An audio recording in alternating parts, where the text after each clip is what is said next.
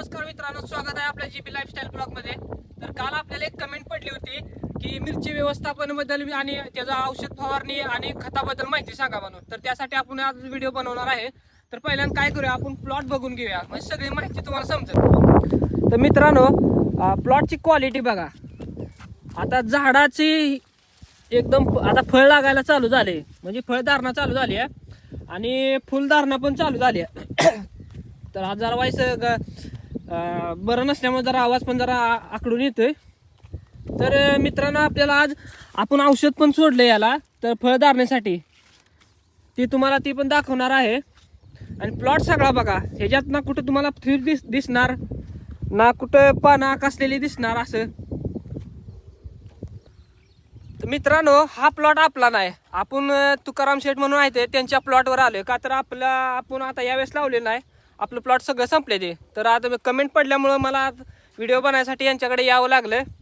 तर त्यांनी आज खत पण सोडलं आणि त्याला औषध पण मारलंय आज, तर ते मी दाखवणार आहे सगळं पुढं। तर त्याच्या अगोदर आपण बघूया प्लॉट, सगळीकडे जाऊन बघूया, म्हणजे कसं आहे थोडं दाखवण्यापेक्षा सगळीकडनं दाखवल्यावर जरा वाईस समजेल सगळ्या गोष्टी। या गोष्टी बघू शकता तुम्ही, प्रत्येक सरीच्या साईडला काय केलं, एक झेंडूचं झाड लावलेलं आहे। हे झाड मी अगोदरच्या पण व्हिडिओमध्ये सांगितलं होतं की झेंडू लावणं गरजेचं आहे, कारण की त्याच्यावर फळमाशी जी येते, जी आत जाणारी माशी त्याच्यावर बसते, म्हणजे त्याचा फायदा आपल्याला म्हणजे फळमाशीचा प्रभाव कमी होतो आत न थांबल्यामुळं, बाहेर थांबल्यामुळं। मित्रांनो, असं प्लॉट आणायला ना म्हणजे खूप मेहनत घ्यायला लागते बरं का। ही उगाच आपलं एका वर्षात केलंय असं नाही, ह्याला याच्या मागं लय कष्ट असते, एक्सपिरियन्स असतोय, सगळ्या गोष्टी असते त्या। आणि खताचं व्यवस्थापन, टाइम टू टेबल आणि औषधाची फवारणी ही टाईमवर घेणं गरजेचं असते, तेव्हाही असा प्लॉट येतो। नाहीतर आपलं केलंय म्हणून कवा तरी औषध मारलंय असं करून चालणार नाही याला। जर तुम्हाला खरंच करायचं आहे तर त्याचं व्यवस्थित त्याचं ज्ञान घ्यायला लागेल, सगळ्या गोष्टी बघायला लागतील आणि मग त्या गोष्टी करायला लागते। आपलं उठलाय पैसा होतोय म्हणून या गोष्टी केल्या तर हे असं होत नाही। तर आपण काय करूया, आता पुढं औषध कुठलं कुठलं मारलंय ती सांगूया तुम्हाला। तर मित्रांनो, आपण आता जी फवारणी केली याची, तर त्याच्यात कुठलं कुठलं औषध वापरलंय ती सांगणार आहे। तर त्याच्यासाठी आपण हायमिल गोल्ड वापरलेला आहे, धावण्या बुरीसाठी वापरलेला आहे। आणि त्याच्यासोबत ही बायोकॉन्ट्रा म्हणून आहे, ही 250 मिलीच आहे। तर ह्याच्या अशा 2 बाटल्या म्हणजे 500 मिली, त्या आपण 1 एकरासाठी 500 लिटरसाठी 500 लिटर पाण्यासाठी हे 2 बाटल्या ह्याच्या वापरलेल्या आहेत।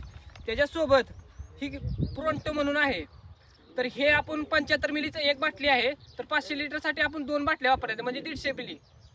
असे तिन्ही औषधं वापरून आपण आता ह्याच्याबद्दल सांगूया आपण। ही हायमिल गोल्ड आहे, ती धावण्याबुरीसाठी वापरतोय आपण। आणि बायोकॉन्ट्रा ह्याच्यासाठी की थ्रिप्स वगैरे येऊ नये म्हणून। आणि प्रोंटो जी आहे ती पांढरी माशी, मावा, तुडतुडे असे आपल्या रानात येऊ शकतात, मग हे आता आलेलं नाही त्याच्यात, पण न येऊ नये म्हणून यासाठी आपण अगोदर फवारण्या मारत असतो। मित्रांनो, आपण ही अगोदर फवारणी केलेली आहे आणि त्याच्यानंतर ही खत सोडलेलं आहे। ह्याच्यात बघा NPK 144800 आहे। तर याचा वापर कशासाठी होतो, तर ह्याच्यात फुलधारणा आता चालू झाली आहे आणि फळ लागायला चालू झाले, तर मुळांची वाढ होण्यासाठी आणि फळधारणा आणि फुलधारणा होण्यासाठी तर हे खत वापरलं जाते। ह्याच्यात काय 14% नायट्रोजन आहे, 48% फॉस्फरस आहे आणि 0% पोटॅश आहे। तर या खताचा आता फुलधारणा आणि फळवाढ असल्यामुळं हे औषध सोडणं गरजेचं आहे। 500 लिटरची टाकी आहे, एका एकरासाठी 500 लिटर औषध जास्त म्हणजे प्रमाणात होते, जास्त पण टाकायची गरज नाही। एकरी आपण 500 लिटर औषध बनवून सोडू शकतो, तेवढंच बनवायला, त्याच्यापेक्षा जास्त बनवू नका। आणि हे जे खत सांगितलेलं आहे ते 500 लिटरचं आहे सगळं, नाहीतर तुम्ही जास्त टाकताला किंवा कमी टाकता, जास्त टाकलं तरी पण त्याचा परिणाम खराब होऊ शकतो आणि जर कमी जरी झालं तरी त्याचा पण परिणाम होऊ शकतो त्याच्यावर। त्यामुळं प्रमाणात औषध झालं पाहिजे आणि प्रमाणातच औषध त्याला गेलं पाहिजे। आणि टाइम टू टाइमच टाका किंवा 2 दिवसातच सोडणं हे पण एक अति होते। त्यामुळं वेळेनुसार कुणाची तर मदत घेऊन, ज्याच्याकडनं तुम्ही औषध आणताय त्याच्यासोबत त्याला सांगून अशा औषधांचा वापर करा।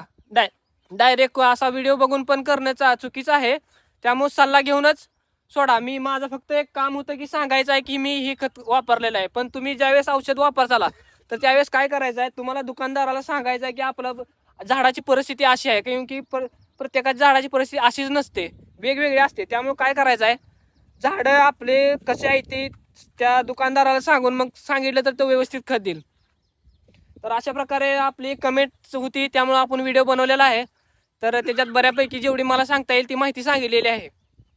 तर धन्यवाद.